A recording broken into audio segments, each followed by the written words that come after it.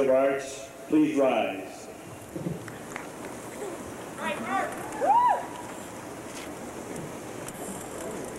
Your years at Grinnell have involved a personal transition. Your passage from youth and uncertainty to adult and uncertainty. For the college and for the larger world, transitions both large and small have changed the face of that world, even as you yourselves have changed.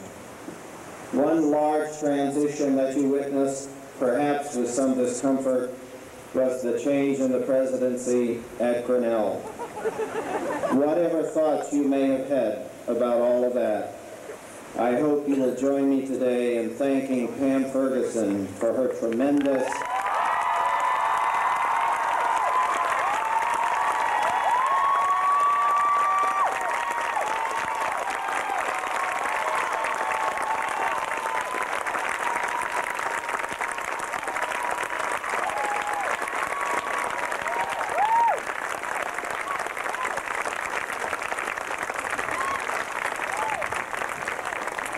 contribution to the college. If you look behind me, you will see the most exciting, well-built science center at any liberal arts college in the United States. And this science center is not just a monument to science or to a donor or donors, but a living building in which you have loved to learn and to study. And if you look behind yourselves, you will see our newly completed Buxbaum Center for the Arts. These spectacular facilities, or this spectacular facility, brings together all of the arts on the campus, adds an exciting new gallery, and provides high-quality academic space for all of our arts programs. We are grateful to President Ferguson, to our former dean and interim president, Charlie Duke, to Jim Schwartz, our dean, to our trustees, and to all of you, particularly for enduring the slings and arrows of these construction processes. Our focus today is obviously not just on what you have endured, but on who you are.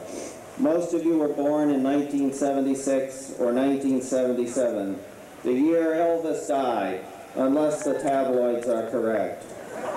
You were alive for the first installment of the Star Wars series, and of course, most of you know that the latest installment was released last week to coincide with this event. Pope John Paul II was the Pope when you were born, and he is the Pope today. Lady Diana Spencer was married on July 29, 1981 to Prince Charles, and then we watched her marriage unravel, and then we heard tragically of her death last year. During your life, you have witnessed the election and subsequent re-election of the first Democratic president since Franklin Delano Roosevelt. You have witnessed the second unconvicted impeachment of a president in American history. You have also listened for years to the song 1999, written and performed by the artist formerly known as Prince, which now perhaps will be dropped from the music repertory soon after the end of this year. You have grown up with PCs and workstations and the internet, and you love and hate all that, but also using it, and it has changed many facets of our lives. Amidst all this, you have experienced love, loss, triumph, peace, and dismay. Today, our nation and the whole earth stand on the edge of a new millennium. Only those of you who have read about the change to the 20th century at the beginning of 1900 will know that such transitions produce enormous hype and conjoined fear. But they do demark huge shifts in life and institutions. Shortly after the start of the 20th century, the Russo-Japanese War began a series of modern military conflicts that pointed to World War I and in turn to World War II. Our new millennium will no doubt bring with it even more dizzying changes and disasters than my grandparents witnessed at the start of the 20th century. The foregoing shows that the world has changed significantly in your lifetime and from time immemorial. But the hopes, aspirations, charms, and foibles of mankind remain the same. Your Grinnell education is intended to cultivate in you a capacity to apprehend, comprehend, and learn from the world's transitions.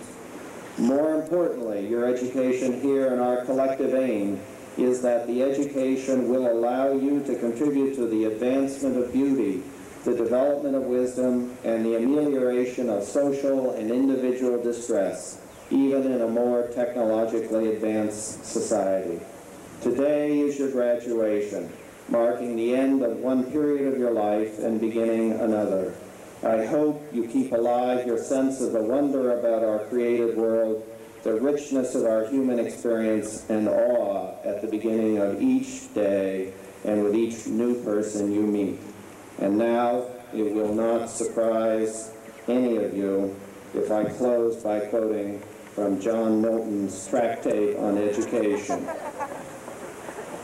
I shall detain you no longer in the demonstration of what we should not do, but straight conduct ye to a hillside, where I will point ye out the right path of a virtuous and noble education, laborious indeed at the first ascent, but else so smooth, so green, so full of goodly prospect and melodious sounds on every side, that the harp of Orpheus was not more charming.